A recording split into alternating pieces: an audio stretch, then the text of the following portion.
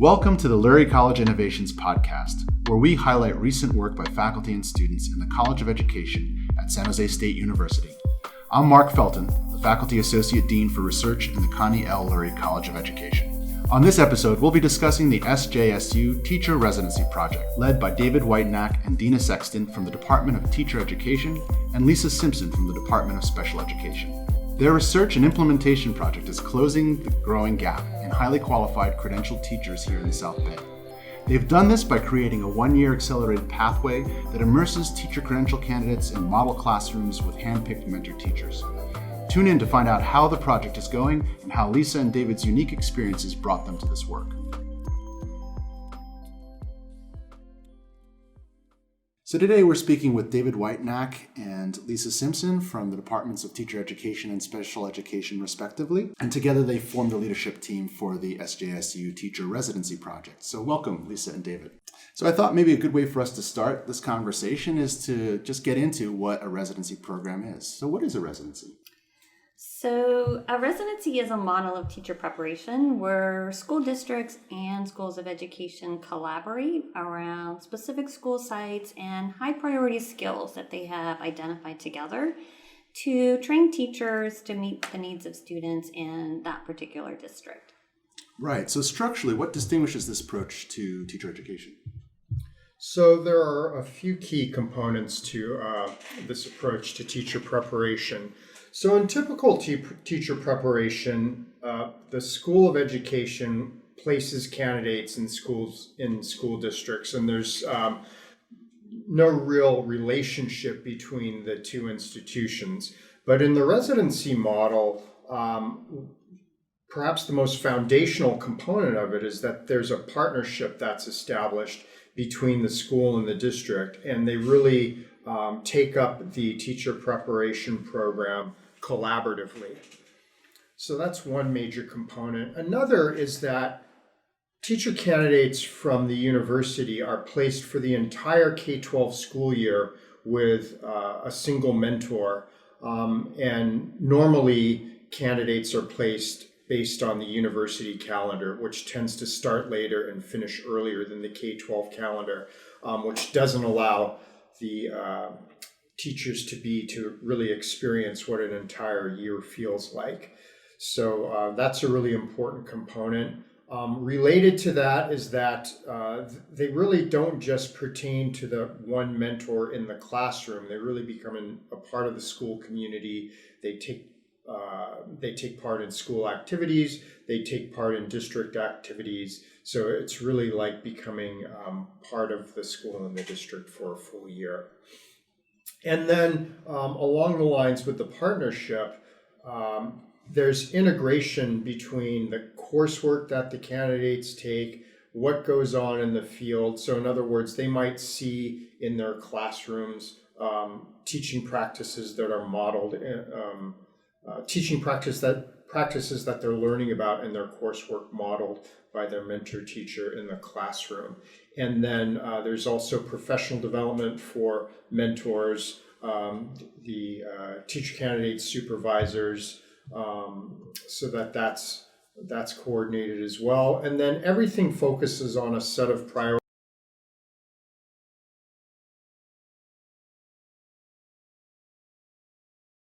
prioritized instructional practices that the partnership has decided are important for student learning. And then ultimately, the idea is that residents will be hired in the participating districts, and then the support that they received after they're hired is also coordinated with the residency partnership. So it's much more of a seamless process. It's well articulated. So it sounds like a win-win for the candidate and for the school district. Their mentors are getting professional development from the university.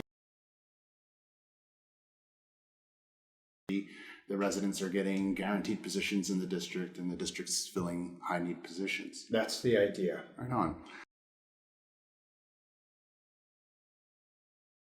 What brought each of you to this project? So for me in special education, I have also worked with our intern pathway, which is another way we prepare teachers. And that pathway is really sort of an emergency option. We see a lot of districts in our area experiencing a real shortfall in special education teachers. So students are allowed to be hired on as a teacher basically after they've done 3 courses in our credential program. And the challenge with that is that those interns are the teacher of record in the classroom, and they really never get any time with a master teacher. So essentially they're watching themselves teach all day long versus a candidate that's prepared in a residency model where they are with that master teacher and really have that opportunity to observe that teacher and learn from that teacher and have a gradual release of control of them taking over the teaching in the classroom. So I was really drawn to this approach because it seems like there's so much more in it for improving outcomes for our candidates who can then improve outcomes for those students with disabilities which they're working with. So the nice thing about the residency is that teacher candidate can still get paid and not have to step right into an internship and yet take their time in learning and working with a mentor. Right. So as our project and our residency program is emerging and developing, we've been able to secure some grant funding, which is helping with the tuition cost and some stipends for those residents. So again, kind of supporting them in this pathway that's different from an intern and has much more potential to develop those skills so that they're fully prepared to take on that teaching right when they're finished. Yeah. And David, I know you have some background in professional development schools. How do you think that's feeding into the work that you're doing in the residency project? I mean, it's really kind of a pendulum swing for me. I was brought into San Jose State over 20 years ago to work in professional development schools. And the idea of professional development schools and residencies is it's very much modeled after medical training, so like resident, often if people hear that term, they might think of resident physicians working in a teaching hospital. And so the idea is the same, that the candidates become residents in these schools that are in part focused on preparing teachers. So, we hope to be clustering candidates at these residency sites rather than having them placed in individual schools. And so actually, we have worked with Franklin McKinley School District, which is one of our current residency partner districts, in the past with PDS schools, professional development schools. And I think, the Lurie College of Education, an important part of the vision and mission is very focused on equity and social justice. And we are really committed to having these residency partnerships located in school districts that are part of the East Side Alliance. So along with Franklin McKinley, we're currently working in the Oak Grove School District and really trying to help that community provide teachers that will be well-trained so that they can really provide the highest quality education to the students there. So I think for all of those reasons, this project is very attractive to me. It kind of brings together a lot of the things that I'm interested in and believe in. Yeah, that's actually a perfect segue. Tell me more about the aims of the program. So for the Ed Specialist, I'm really excited about the design of this new program that we've put together. For us, it's a 1-year accelerated pathway, which is very different from any of the other pathways that we have in special education. So the residents come in and then they take classes in summer, fall, and spring, and then they are fully credentialed after that 1 year in the program. So for us, it's really trying to move more students into that pathway so they are better prepared, having a full credential after a year, ready to take on all of the aspects of the job of an education specialist. So rather than having them go through at a slower pace at the intern model. So we see it as a way to move students through the program quicker. We know that the length of time to get a credential, the financial cost is often a barrier that's impeding people from moving into that profession. So if we can offer this design where they're able to get that credential in a year and also be fully prepared by spending that whole year in field work preparation, it's a win-win situation for us and really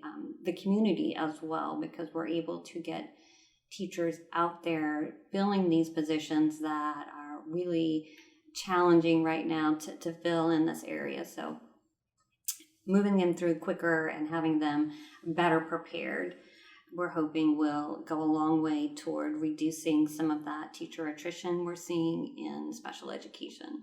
Yeah, in fact, just this morning I was at a meeting and they described how just in Eastside alone, there are 350 spots that are not filled with credentialed special education teachers. So the need is clear. The need is great, definitely.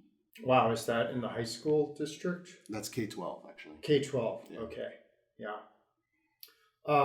So building on what Lisa said, she was talking about the ed specialists. Right now, we also have STEM candidates, so science and math teachers in this case, being prepared with extra training in those areas, and that's another high need area, not just here but statewide.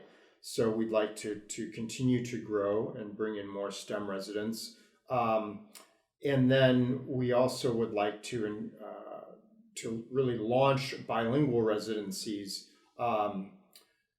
There are bilingual programs in Oak Grove in Spanish, and Franklin McKinley is looking to launch a Spanish bilingual program next year. So we're really hoping to build out and add bilingual residents to what we're doing.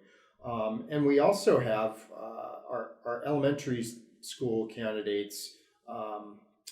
Some of them are participating as residents as well, so we want to continue to move forward with that.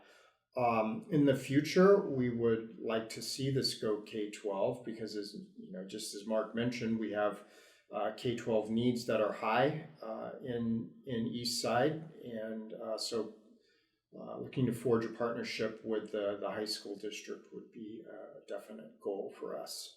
And one of the things I like about this model is traditionally people talk about the ivory tower and how your education at the university doesn't prepare you for life in the real world. And what's amazing about the work that you're doing is you're really partnering with the school districts and trying to come up with a program that makes sense, where there's an easy transition from learning how to teach in context and ultimately becoming a beginning teacher. So can you tell me a little bit about the process of forming the partnerships that you formed with the schools? Right. I think that's a really important point, Mark, because as we are preparing candidates here at the university, we have them in courses, and of course we're talking about the way instruction should be implemented in the classroom, and traditionally we sort of leave students on their own to find examples of what the instructor is talking about, and hopefully they'll see good models of that. And with the residency program, because we are working in partnership with the district, part of what we're doing is identifying best practices and identifying mentor teachers that can model those best practices. So we are communicating with them, letting them know this is an assignment that's coming up in the coursework at the university. They're going to ask you about it. They're going to watch you implement this strategy or this particular practice that we're looking for. And so we have that two-way communication, and that again really strengthens our candidates' own skills when they are able to take exactly what was talked about in the university and see it applied right there in the classroom. So a lot of what we have done early on in our partnerships, we're still developing them, but really trying to identify with our districts who are those mentor teachers. That's a big piece of it. And right now, in special education, again, because we have such a shortage, we've had a struggle identifying enough mentor teachers. We couldn't take more residents in our first year, because we didn't have enough mentor teachers. So we want our candidates to be placed in classrooms where we know they are seeing an excellent teacher really model those skills. So hopefully one of the long-term goals of the residency partnership is, as we increase the number of residents going through, 3 years down the road, they're going to be able to take on the role of being that mentor teacher. So we're really trying to develop some capacity there with our partner districts that helps them decrease the turnover, and it also helps us because we have classrooms that we know are implementing the practices that we're talking about here at the university, and we can send candidates there. I love that you're really taking the long view on really creating better teachers and for the area and sustaining that practice. Yeah. So I'm a science teacher, I'm a special ed teacher, or somebody who wants to become a science teacher, a special education teacher. I enter the program, and some of the things that I'm excited about are I'm going to work with a really, really good mentor teacher who's modeling best practices. I've got a job waiting for me on the other end. What else? What are other advantages for me as a candidate coming into the residency program? Well, potentially you've got a $10,000 scholarship from the California State University system, because we have through the St. Bechtel Junior Foundation scholarships available for candidates in residency programs. In Franklin McKinley, where we have a grant from the state of California, residents are compensated just for being residents. So, and the idea of, as Lisa alluded to earlier, many candidates are attracted into internship positions, frankly, because they're getting paid, and so part of the reason for providing compensation for residents is to keep them from becoming interns and really get the much better training through going through a residency. And in the long run, the hope is that they'll stay in the profession longer and certainly be better prepared to teach. So, definitely financial incentives are there. To add on to that, I think also with the residency program, our candidates are getting a sense of community that they may not necessarily have in our other pathways to a credential, because they're just coming in as a standard route, standard pathway. They're going to come in, they're going to take their classes. They may see other candidates in classes here and there, but there's no cohort model for them. And then they're all going to be placed in different settings. And so it's kind of on their own to see if they can establish a relationship with somebody else in the program. Whereas in the residency model, they are placed in a district, so we're trying to get more than one candidate placed in a district, a group of them. Right now in our Franklin McKinley, we have actually 2 residents placed together in one classroom, and that's working very, very well, and they're really able to establish relationships with the students and with each other. As kind of coordinator of the program, I'm out there. I'm also their supervisor this first semester. So I'm out there in the classroom a lot. So there's a strong connection between what's going on there, what's going on here. We are grouping them in their classes, so we know they're taking their classes together. Their classroom teacher in the K-12 setting has reported to me, oh yeah, they talk all the time, and then they come back and tell me about what they learned. So I think that sense of community is really important in this day and age. I think our candidates are really looking for a connection that maybe they're not finding out there in in other pathways. Yeah, indeed. I mean, the two biggest predictors of teacher retention is a sense of self-efficacy as a teacher and a community as a teacher. So it's really, really important. If I could build on the community aspect just briefly, there's also community really with the students that they're teaching. One of the nice things about being placed for the entire school year is they're there before the school year starts, working with their mentor to set up the classroom. They're there for the first day of school in the early weeks when the classroom community and getting to know the students, which unfolds over the year. But those first few weeks are really foundational. And then on the back end of that, at the end of the year, they're there with the students and see the families more. And really just get a sense for that entire year with the students and their families. So I think that's a nice aspect of community as well. So they really get to get integrated into the school community and the community of families at the school. So one more thing about the long view that you're taking, it's requiring a lot of professional development, so you can work your way up from a couple of residents placed here and there to really creating schools that can handle the capacity of several teacher residents at one place. So tell me a little bit more about the PD that you're doing, professional learning and development that you're working on.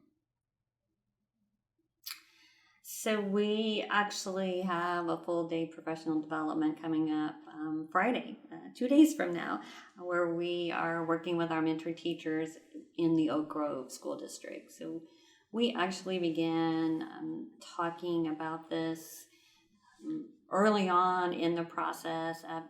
Last month, we were able to work with the Teacher Residency Lab and with our partners and really start talking about, all right, what does that professional development need to look like? And so the whole process has been David and I, plus our partners at the school district, identifying what our mentor teachers need to know and what our expectations are and what are the practices that we want them to emulate. So in our first go around, we've already come across, of course, some instances where maybe we didn't explain this as well as we should have, or mentor teachers are getting back to us saying, I didn't really understand that, or it was obvious to us, maybe we didn't make our expectations clear. And so this first PD, we're really kind of going to backtrack a little bit and go over what that looks like.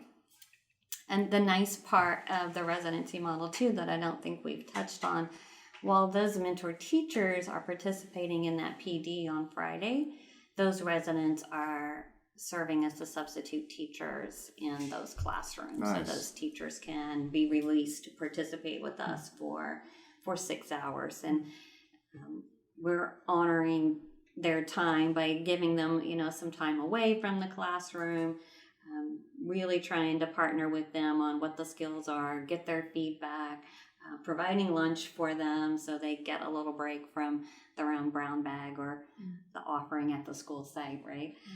And so we're really looking forward to the very first PD that we're putting together. But ultimately, long range is that we will have these at least twice a year, if not 3 times a year, as we really develop out what is it that we're trying to have our mentor teachers shine in? What are those really high priority practices that we want them to convey to our residents? That's fantastic. You mentioned earlier the residency lab that you're working with. Tell me more about that.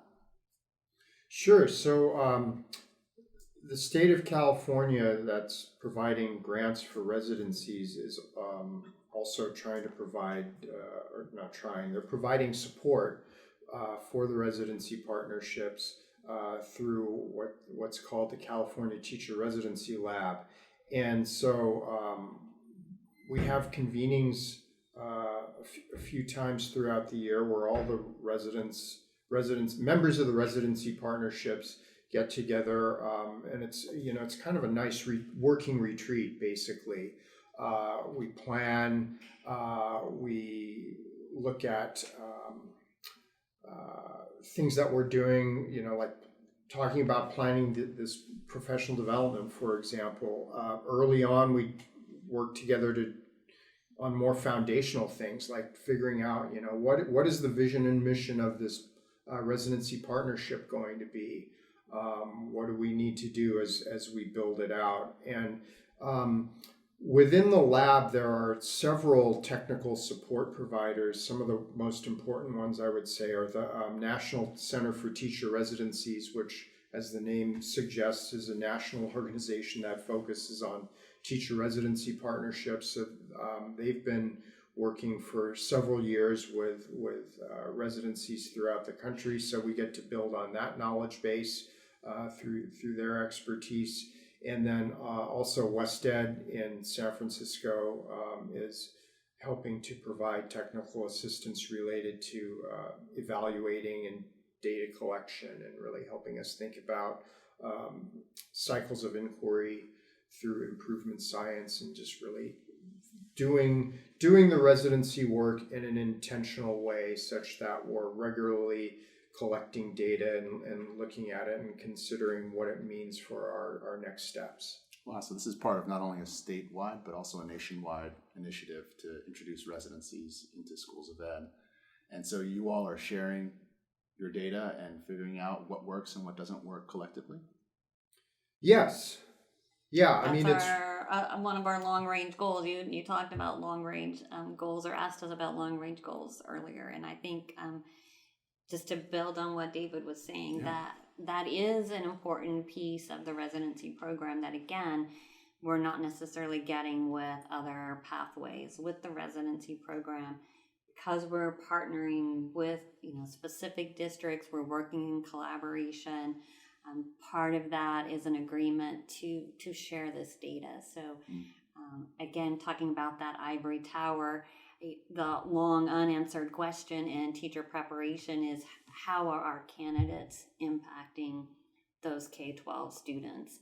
And this isn't a perfect opportunity for us to gather that sort of data as we're working together with those districts to really think about what's happening in that residency year, but then because they're staying on with the district and being hired and supported through that induction program, what's that data showing the first year out, the second year out, the third year out? So we'll have an opportunity to collect some of that and evaluate our program at many more levels than we're currently able to do. So you really have the data showing that this is going to be effective and what makes it most effective.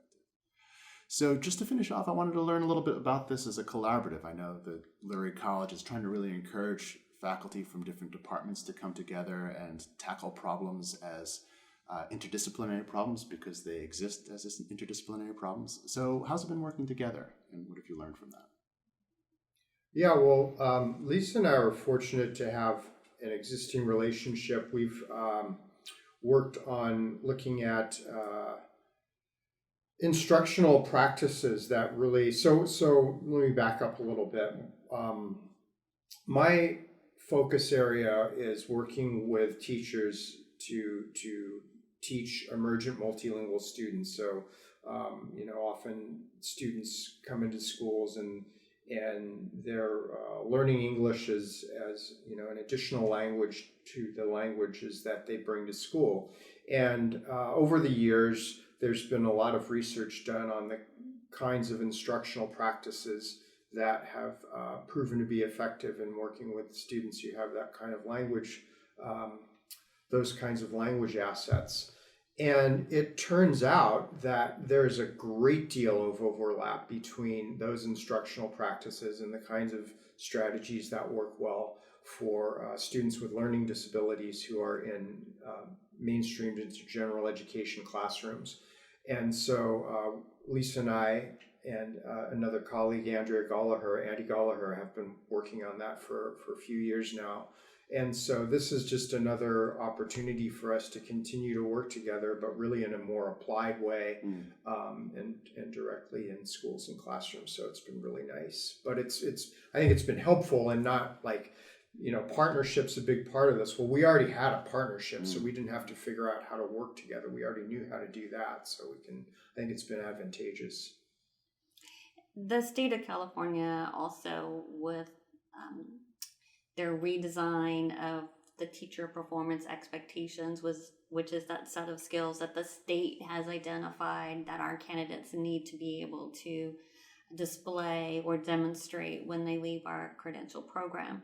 They have recently gone sort of a redesign, and now there is much more emphasis on collaboration in those skills that our candidates need to be able to do, and being able to work with all students in all settings. And so the state is simultaneously pushing us to do more work together, break down those silos between special education and general education. So because of our work already, we had already seen that as the future and the way that we wanted to go. So we're trying to make those inroads with the rest of our department to build on the collaboration that we have going.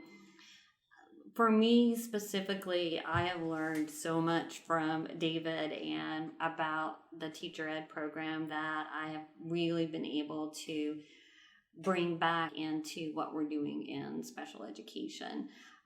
We haven't in the past had a year-long field work. We've only had one semester of field work. The elementary ed, the multiple subject candidates, they have had 2 years of field work, 2 semesters of field work for quite some time. And so I've been able to tap into David's expertise. All right, what do you do in that early field work semester? Because we've never had that before, and I need to develop that course, and we need to identify, what those skills are. So this very first semester, I've written the course, but I'm revising it every week. Like, okay, this is what we need to do next time, because that didn't, go so well, or I am now identifying more things that need to be taught in that early fieldwork course. So that's been, I think, super helpful for us in understanding how they do many of their practices related to assessment. Our up and coming for us is a performance assessment for our candidates when they graduate. We don't have that yet. The general education credentials all are required to do that. So now the state is deciding that, all right, special education should also do that performance assessment. So we're really looking to our teacher ed partners to get information about how they're doing that. And this residency program is just a great way to kind of pilot all of that new work. So everything that I'm developing and the department is developing to support the residency program is also long-term for us, with some of these new requirements coming down from the Department of Ed. So, and where do the two of you see the project 1 year from now? Well, more I think, residents? Yeah, definitely, and particularly more residents in special education and bilingual education. I think those are the two areas that we really want to focus on growing between this year and next year. And then we've been talking about this lately. For next year, rather than expanding into additional districts, I think we just want to more firmly establish what we're doing in the 2 partner districts that we're currently working with, and then maybe as we build out in year 2, 3, 4, etc. down the line, look to expand into other districts on the east side, and as I mentioned earlier, particularly the high school district, to really have this meet a K-12 need. David, Lisa, thank you so much. I'm really excited to see where this will be a year from now. Maybe I can have you back telling us where you are 1 year from today. How does it sound? Sounds great. Thanks, Mark. Thank you. Thanks so much for tuning in. Be sure to like, follow, subscribe to us wherever you get your podcasts for more episodes in the future.